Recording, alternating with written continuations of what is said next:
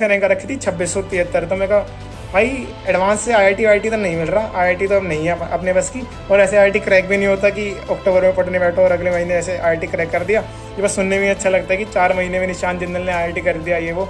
ऐसा असल में नहीं होता, या फिर अपन से तो नहीं हुआ, किसी और से हुआ होगा यार, हमने अपने से तो नहीं हुआ।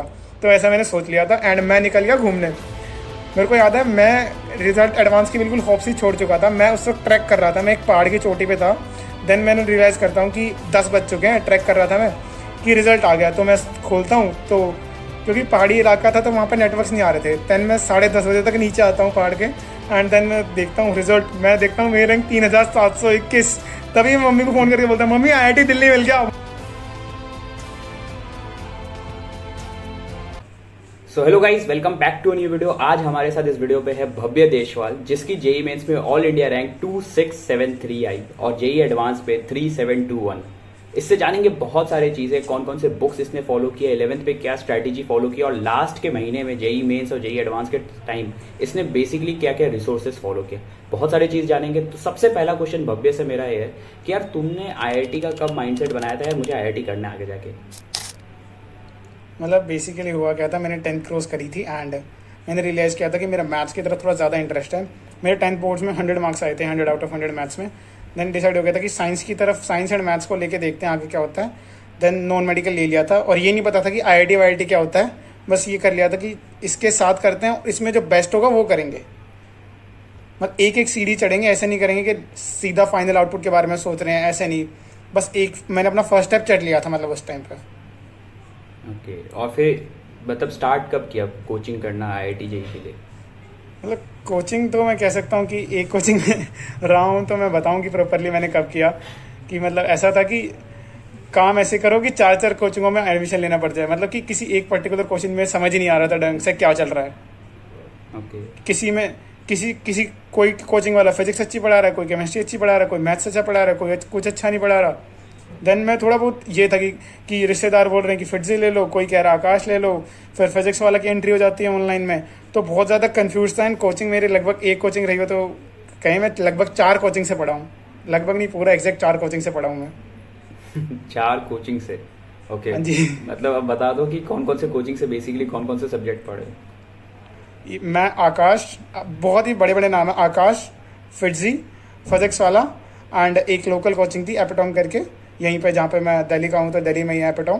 तो इन 4 कोचिंग से मेनली मैं पढ़ा हूँ। एंड फिजिक्स मैंने मेनली पढ़ी आकाश से। फिटजी से मैंने ऐसा कुछ ज़्यादा पढ़ा नहीं है, बस थोड़े बहुत मॉक्स वगैरह दिए हैं। एंड केमिस्ट्री जो है मेनली मैंने केमिस्ट्री करी है फिजिक्स वाले से, पूरी बहुत अच्छी केमिस्ट्री कराई थी पंकज सर ने। एंड मैथ्स मैंने लोकल कोचिंग से करी है। पता नहीं लगा कि कैसे कैसे 11th खत्म हो गई और रियलाइज़ किया कि कुछ आता भी नहीं है अब। 11th पूरी खत्म हो चुकी थी एंड मैं एक ही कोचिंग में था। एंड मेरे को रियलाइज़ हो रहा था कि ऑनलाइन तो भाई नहीं होने वाला, ऑफलाइन हो जाएगा तो कुछ कर लेंगे। मतलब मैं एक टाइप से बहाने बना रहा था इस टाइप के कि ऑफलाइन कर लेंगे, ये कर लेंगे, वो कर लेंगे, बट काम बन नहीं रहा था उससे। सो अभी 12th स्टार्ट होने वाली थी और मैंने ये सोचा था कि अभी ऑफलाइन हो जाएगा, जैसे कि लॉकडाउन हट चुका था उस टाइम तक।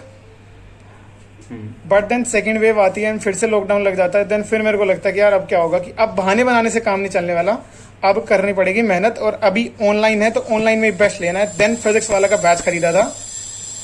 फिजिक्स वाले ने लक्ष्य जेई का बैच लॉन्च करा था। एंड बच्चे कई पूछते हैं कि फिजिक्स वाले से सिलेक्शन होते हैं या नहीं होते। भाई होते हैं, आईआईटी दिल्ली में बैठा हूँ आज।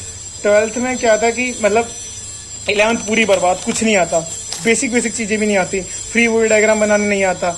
तो मैथ्स में तो बस थोड़ा बहुत क्वाड्रेटिक इक्वेशन जैसा चैप्टर आता है, बाकी सब कुछ छोड़ रखा। कोऑर्डिनेट ज्योमेट्री छोड़ दी, कॉम्प्लेक्स नंबर छोड़ दिया, सारे के सारे चैप्टर छोड़ दिए, बस बेसिक आता है।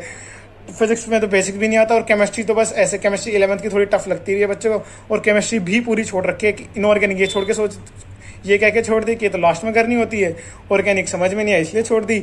और फिजिकल अब थोड़ा बहुत, फिजिकल ऑर्गेनिक इनऑर्गेनिक थोड़ी बहुत मिक्स हो जाती है कुछ क्वेश्चंस में, तो फिजिकल इसलिए छोड़ दी। तो पूरा का पूरा 11th बर्बाद एक टाइप से। देन बेसिकली हुआ क्या था, मैंने लक्ष्य बैच खरीदा था फिजिक्स वाला का, वो बेस्ट था। मतलब मैं यहाँ पे फिजिक्स वाला का प्रमोशन नहीं कर रहा हूँ, मेरे को पैसे भी नहीं मिल रहे हैं कुछ बोलने के ऐसे कि फिजिक्स वाला का प्रमोशन। जो सच्चाई है यहाँ पे, हर कोचिंग इंस्टीट्यूट की सच्चाई बता रहा हूँ, जैसा मैंने फील किया है और बच्चे अलग फील कर सकते हैं। तो मैंने लक्ष्य बैच परचेज कर लिया था। वहाँ पे क्या था, ऑर्गेनिक केमिस्ट्री के लिए आपको कुछ भी पढ़ाता था। ऑर्गेनिक के लिए आप कोचिंग में जाओगे तो 11th से कनेक्टेड होती है पूरी की पूरी 12th की ऑर्गेनिक। अगर आपको 11th की नहीं आती देन आप 12th की ऑर्गेनिक कर ही नहीं सकते हो। फिजिक्स वाला में क्या होता था, पंकज सर पहले 11th की पूरी कुछ क्वेश्चंस के हिसाब से कराते थे, देन हमारी ऑर्गेनिक में प्रैक्टिस भी हो जाती थी और हमारा मतलब 12th का वो ग्रिप भी पकड़ लेते थे, जो 11th का इंपॉर्टेंट पार्ट है। सेम सारे के सारे टीचर्स ऐसे कर रहे थे, क्योंकि उन्होंने ये सोच रखा था कि बच्चे की पहले 11th बर्बाद है। एक आम कोचिंग में टीचर नहीं सोचता है, वो सोचता है कि बच्चे को 11th आती होगी, सो इस हिसाब से वो पढ़ाते इस हिसाब से कि हम 12th वाले बच्चे को पढ़ा रहे हैं। लेकिन फिजिक्स वाला में हमें इस हिसाब से पढ़ाया था कि हम एक ऐसे बच्चे को पढ़ा रहे हैं जिसकी 11th बर्बाद है। एंड वहाँ पे भी कई बार टीचर्स को लगता था, ये शायद पता नहीं अलग सर ने बोला था किसने बोला था, वहाँ पे भी टीचर्स को लगता था कि जिसकी 11th बर्बाद हो कैसे ही करेगा।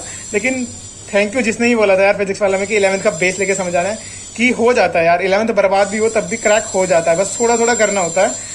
जो जो उन्होंने पढ़ा है उतना काम हम डेली करते जाएंगे, देन आराम से IIT हो जाता है।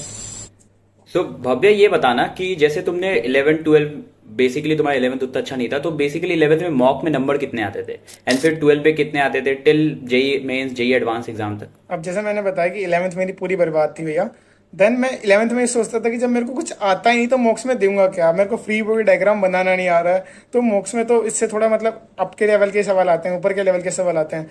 तो मैं ये सोच के सारे मार्क्स छोड़ देता था कि मेरे को कुछ आता ही नहीं है। इवन 11th में शायद मैंने कुछ 4-5 मॉक्स दिए होंगे, वो भी शुरू वाले चैप्टर्स के, यूनिट एंड डायमेंशन हो गया, काइनेमेटिक्स हो गया, इनके मॉक्स दिए होंगे। और इसमें मेरे को ऐसे बहुत अच्छे नंबर नहीं आए थे, 150 नंबर का था तो 50-60 नंबर आ गए थे। शुरू में तो बच्चे का बहुत ज़्यादा एंथू बहुत हाई रहता है, बहुत ज़्यादा जोश रहता है कि हाँ IIT बॉम्बे CS से नीचे तो कुछ सोचेंगे ही नहीं, इस टाइप से।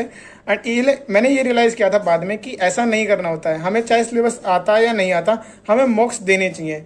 मेरा एक दोस्त है अभी IIT दिल्ली इलेक्ट्रिकल इंजीनियरिंग में, उसकी टॉप 500 में रैंक थी।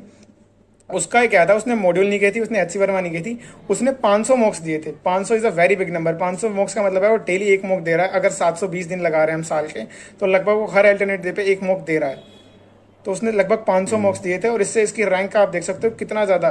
ऐसा नहीं है कि उसका मतलब IQ बहुत अच्छा है, ये उसकी मेहनत है, ये मॉक्स का तरीका है।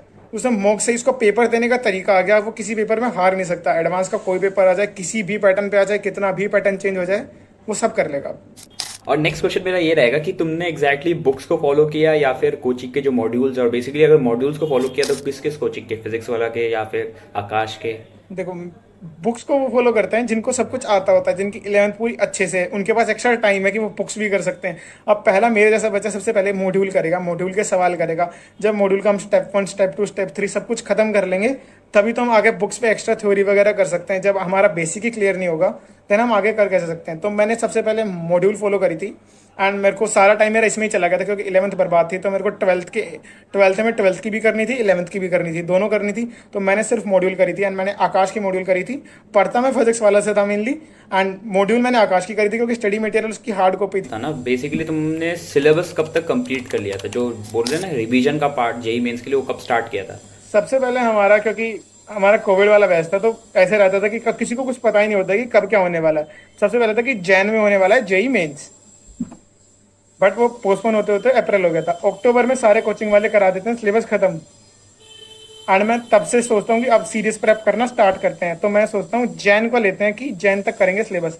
तो मैं कुछ ये करता हूँ कि जैन तक सारे चैप्टर्स तो मेरे नहीं हो सकते, 90-120 दिन है, उसमें इतने चैप्टर्स हो सकते हैं। तो मैंने इतने चैप्टर्स की लिस्ट बनाई। जैसे मान लो मैंने 50% सिलेबस की बना लिया कि मैंने 50% सिलेबस मेरे को जैन तक करना ही करना है।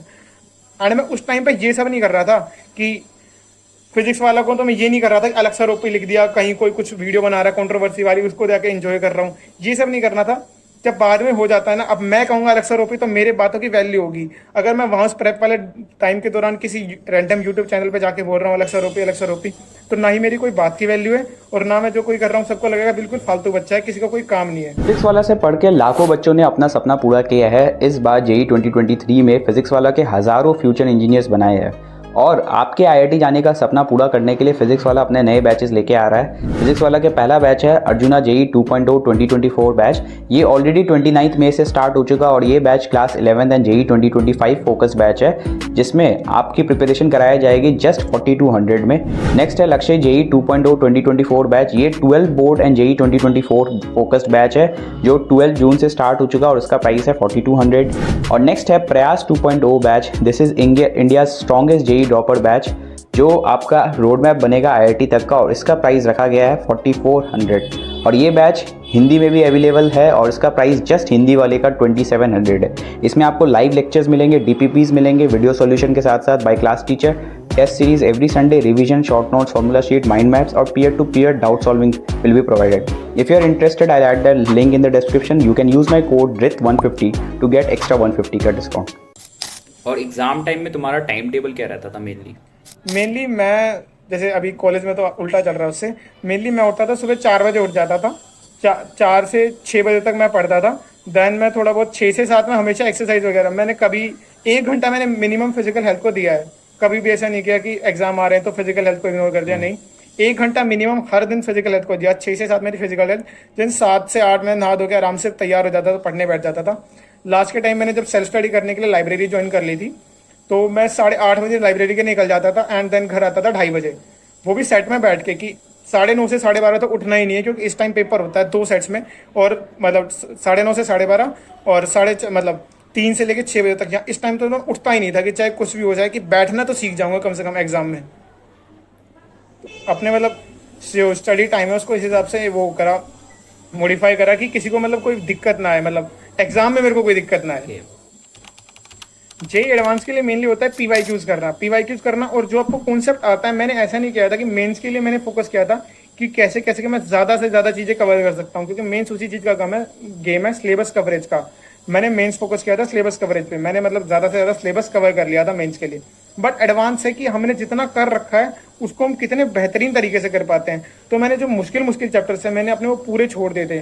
मेरे को पता था, मेरे को जैसे फ्री बॉडी डायग्राम अगर मेरे को नहीं बनाना आता 11th के एंड तक, तो मैंने स्ट्रॉन्ग कर भी लिया, लेकिन मैं रोटेशन में उतना स्ट्रॉन्ग हो ही नहीं सकता इतने कम टाइम में कि मैं रोटेशन का भी सवाल बना पाऊँ। तो इतने बड़े चैप्टर को इतना टाइम देने की जगह मैंने वो पूरा चैप्टर ही छोड़ दिया कि ये चैप्टर को रखो साइड में, बाकी जो इजी चैप्टर है वहाँ से नंबर लेते हैं। थर्मोडाइनमिक्स, हीट एंड काइनेमेटिक्स, यहाँ से नंबर निकालते हैं, जहाँ से नंबर निकल सकते हैं नंबर निकालना सोचा था मैंने मेन। एंड पीवाईक्यूज मैंने मेन किए थे, और जो हमारे टीचर्स जो थे जो शीट वगैरह दे देते थे वो मैंने करी थी मैंने।